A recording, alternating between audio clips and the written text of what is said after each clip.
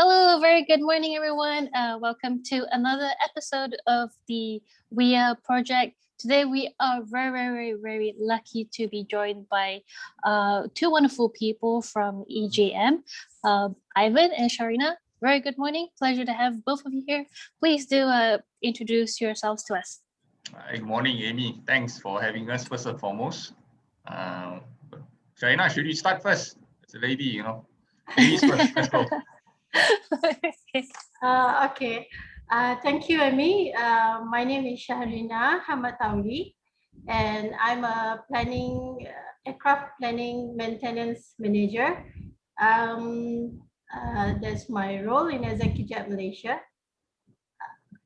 Yeah, that's it. Yeah.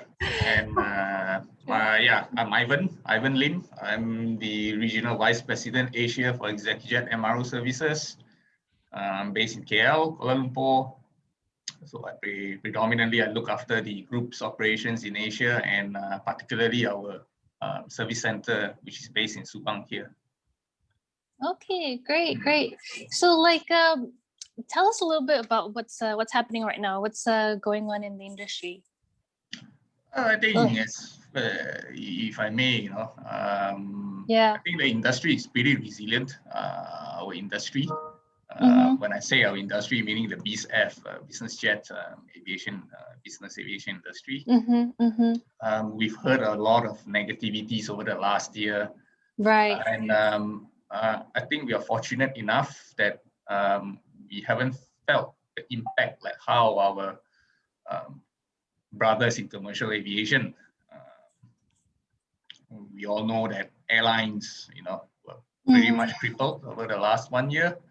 Because of the pandemic, and there was a lot of job loss, furloughs, and I think we are lucky enough for business aviation. We haven't been impacted in to such extent, and reports has come out that we are expecting a faster recovery compared to commercial aviation. So that's good. So would you say, like, for business jet in particular, there is actually still the demand there, and then yes, definitely. As far as we're concerned, demand. If you look at reports, there's been increase in demand in other parts of the world because of this pandemic. The demand for private aviation seems to have increased because everyone is risk averse. There are certain market who demand such a service during this kind of time. So I would say that demand essentially is not reduced as much as what we see with commercial aviation, which total total loss, if I may say.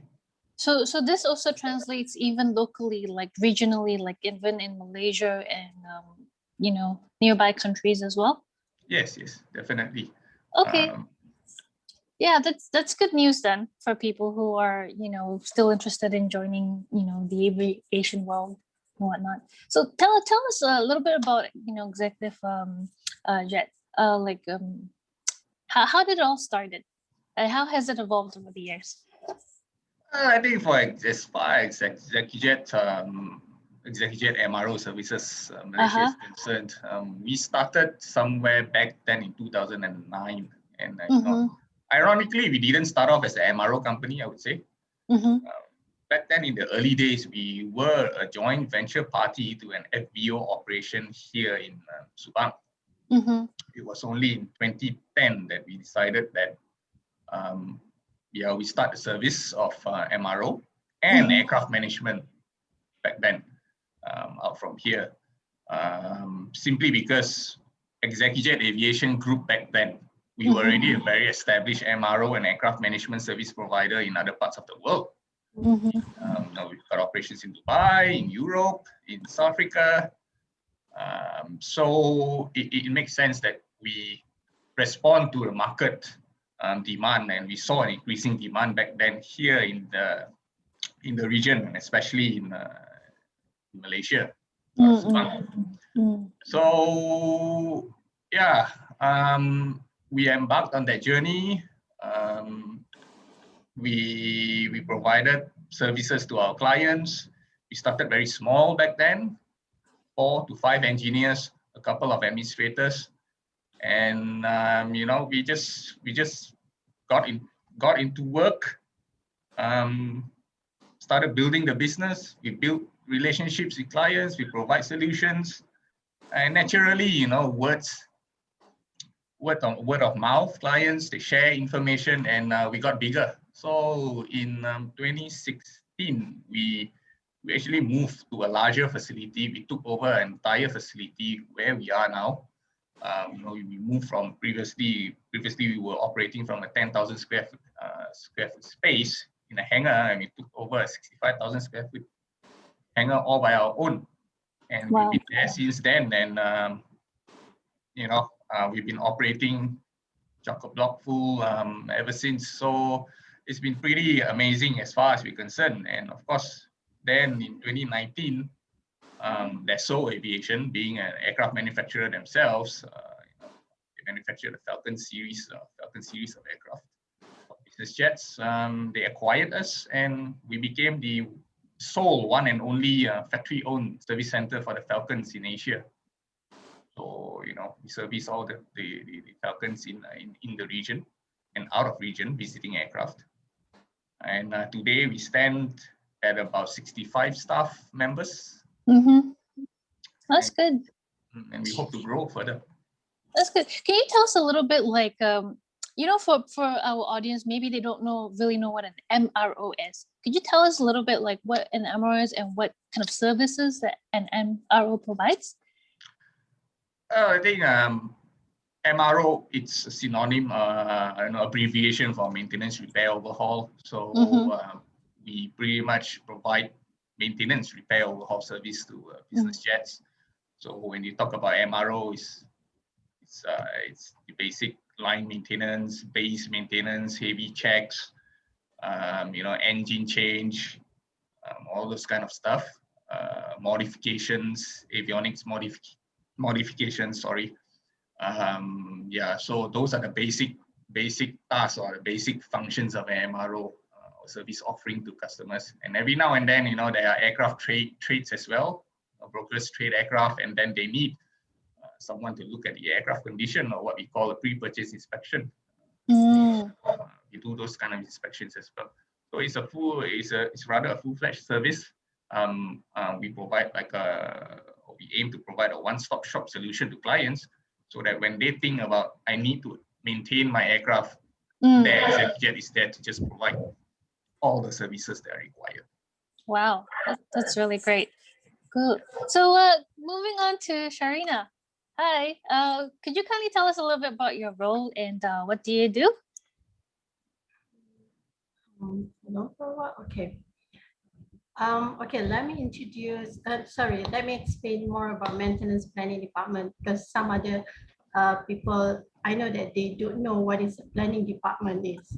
Yeah. So I can see that planning department is the heart of any MRO company.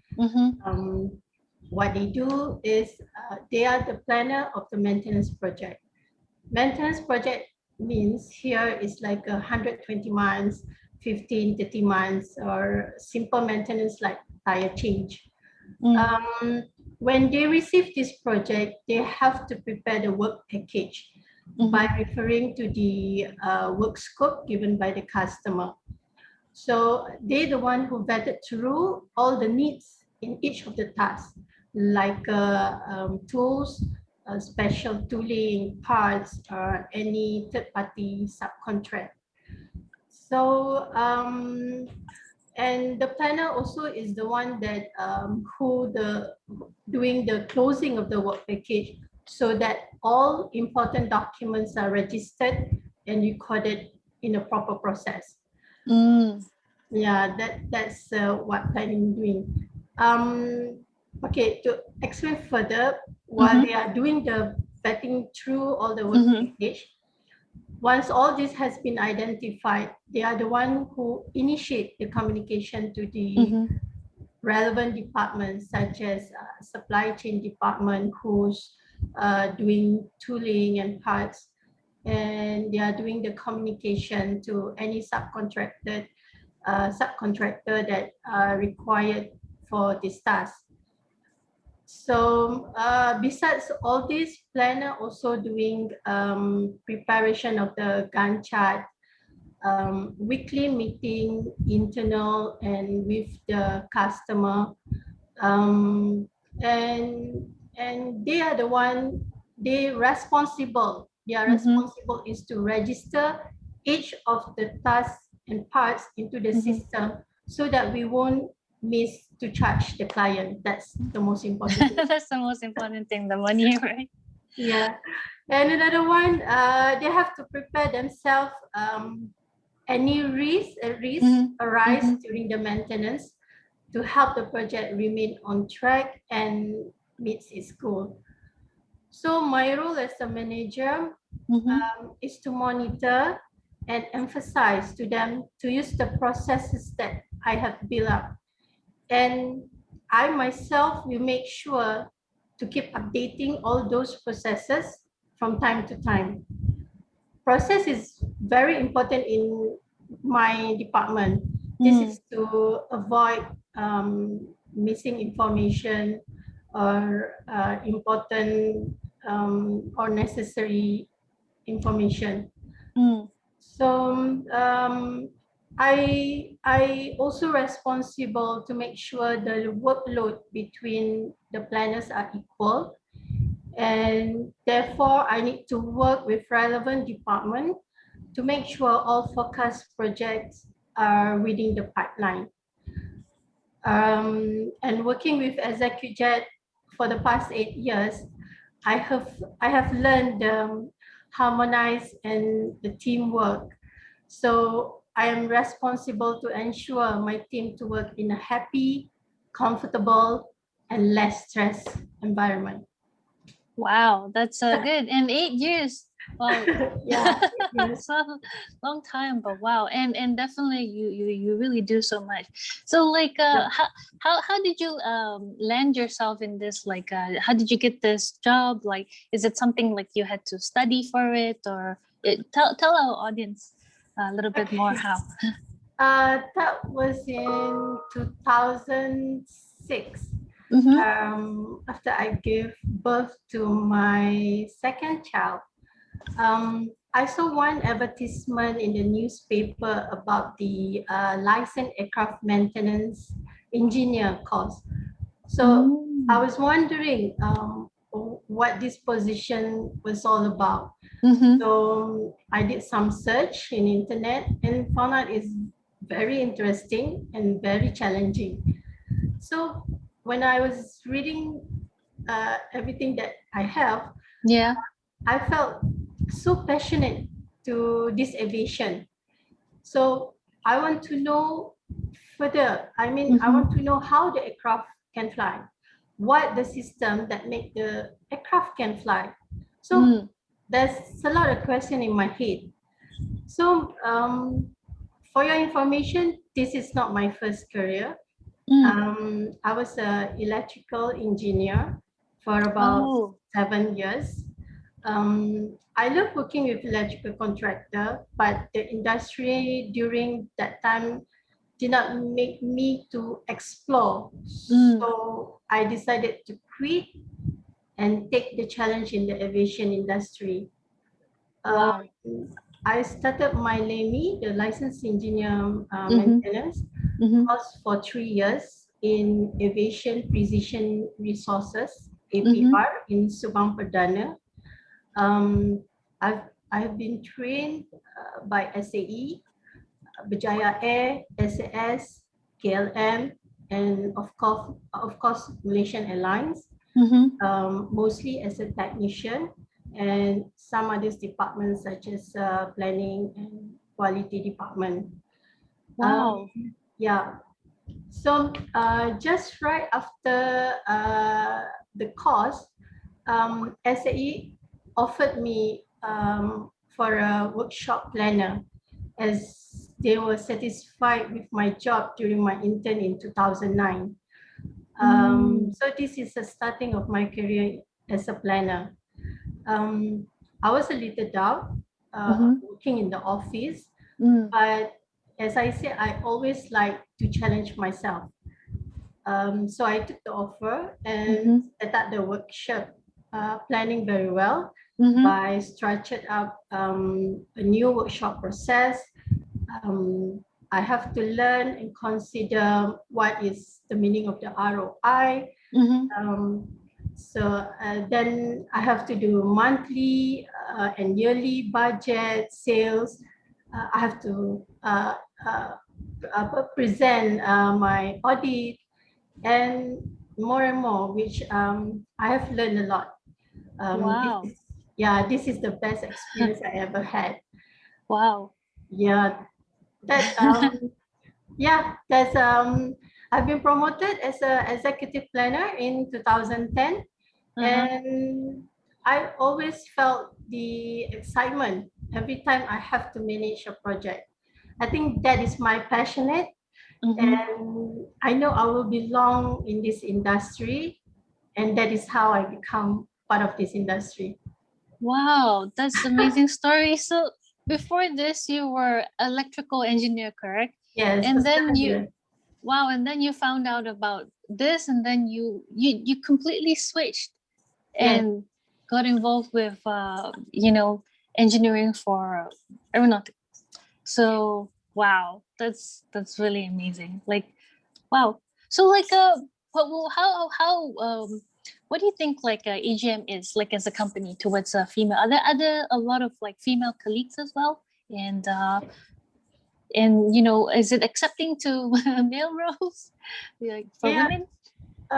In my department itself, we have 3 women as a planner.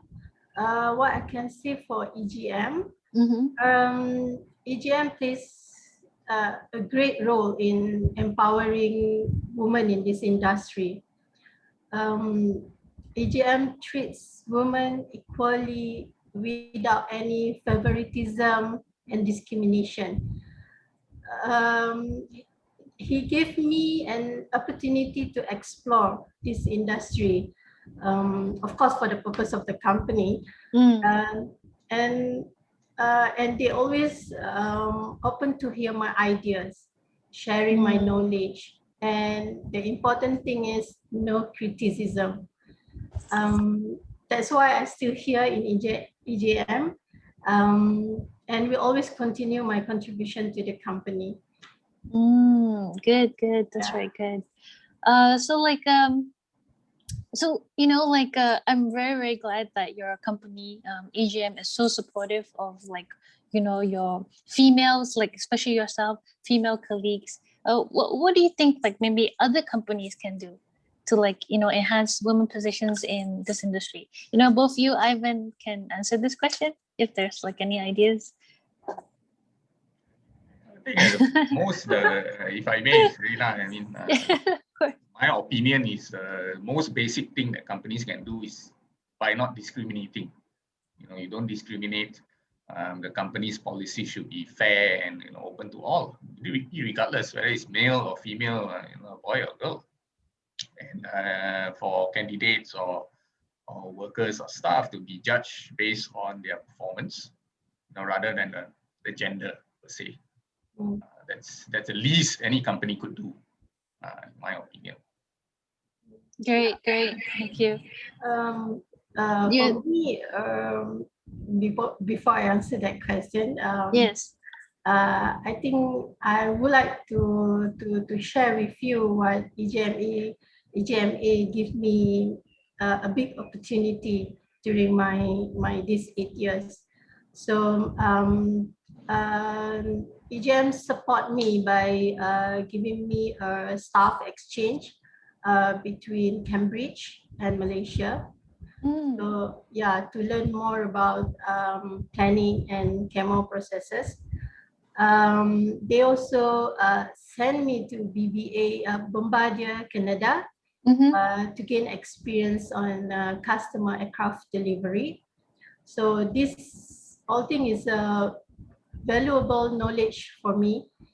And I would like to say about EGM is maybe they give this small support, but they should maintain that by comprehending each and every woman employee's needs and recognizing their achievement. That I mean, for women, I think that should be enough to enhance women's position in this industry. Wow. So, yeah, that's EGM do all this while and should maintain that. Yeah. EGM sounds like a really great company to work for and really they to support work there. a lot in women's. That's good. That's good. You know, and guys, like AGM is actually a support partner of our Women's in Aviation Asia project. So thank you so much, guys, for being our support partner. And like, what do you think about like our project? Because we started our project last year during the pandemic. What do you think? It's like, you know, because you know, so many like kind of not so good negative things happen to our industry, right? Aviation industry. Like, do you think this is a good idea to emphasize more on aviation? And what do you think about our project? I think firstly, we are very happy, you know, to be part of VIA's, Women Empowerment Project. I think it's a very good thing, a very good initiative. My short answer to your question is that, in my opinion, there's never a bad time to start something that's good. Pre-pandemic, post-pandemic, you know, so long as it's a good initiative, anytime is a good time. Yeah, you're right. You know, I mean, we're in the middle of a pandemic.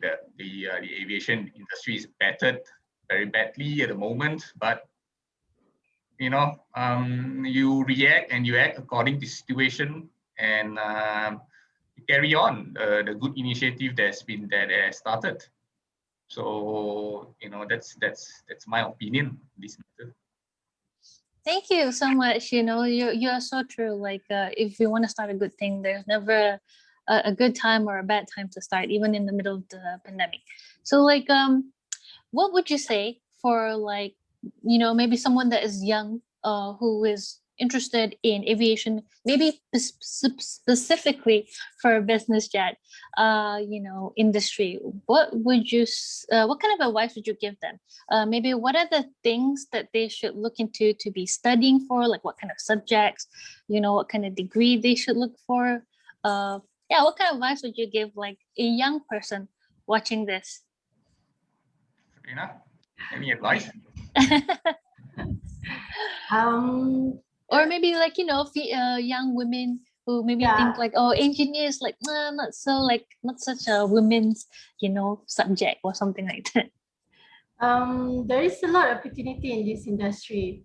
Okay, if you look at, if you like electrical and electronics, okay, aircraft need an intelligent and sophisticated system.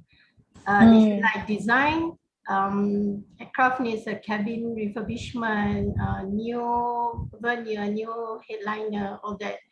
And if you like to paint, aircraft needs a colorful, amazing design for their livery painting. So everything you need, let's say in the house, it needs for the aircraft too. So you need to do some search, okay, searching in the internet, and your mind has to be diversified. You mean there's a lot of opportunity in this industry. Don't just you think about aviation, you think about pilot. You think about aviation, you think about engineers. Okay? True. So yeah. You have to open your mind. I mean, there's a lot of chance to be anything in this industry. Just one thing that you have to prepare to be a detail-oriented person, because this industry, the important thing, whatever you're doing in this industry, safety will always come first. Oh yes. Yeah, that's true. So yeah, you have to be a little bit detail-oriented person. So even for women or for male. So yeah, that's my advice. Okay, great. Thank you so much, guys.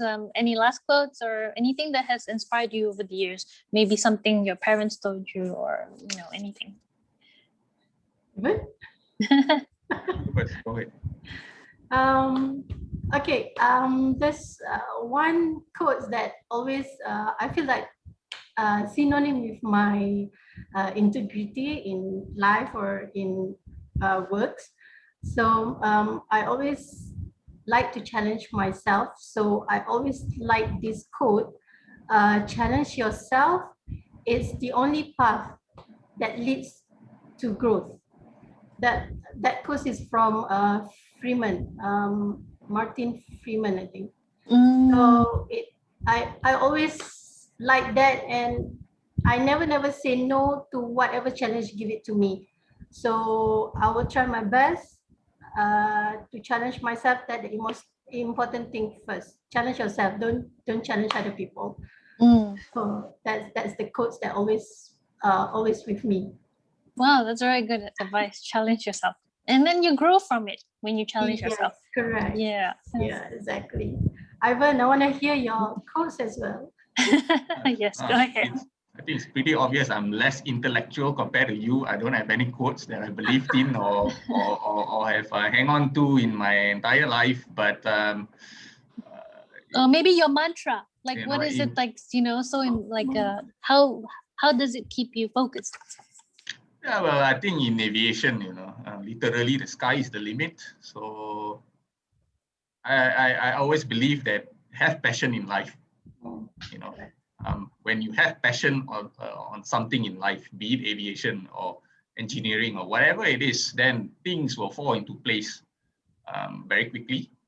And add a bit of hunger within yourself, you will achieve many things in life. So yeah. All right, great. Thank you so much, both Ivan and Shahrina. Thank you so much for your time. Thanks for having us. Yeah, we really appreciate it. So all the best, and guys, guys and girls, whoever's watching this. So don't give up hope, and yeah, sky's the limit. All right. Thank you, Amy.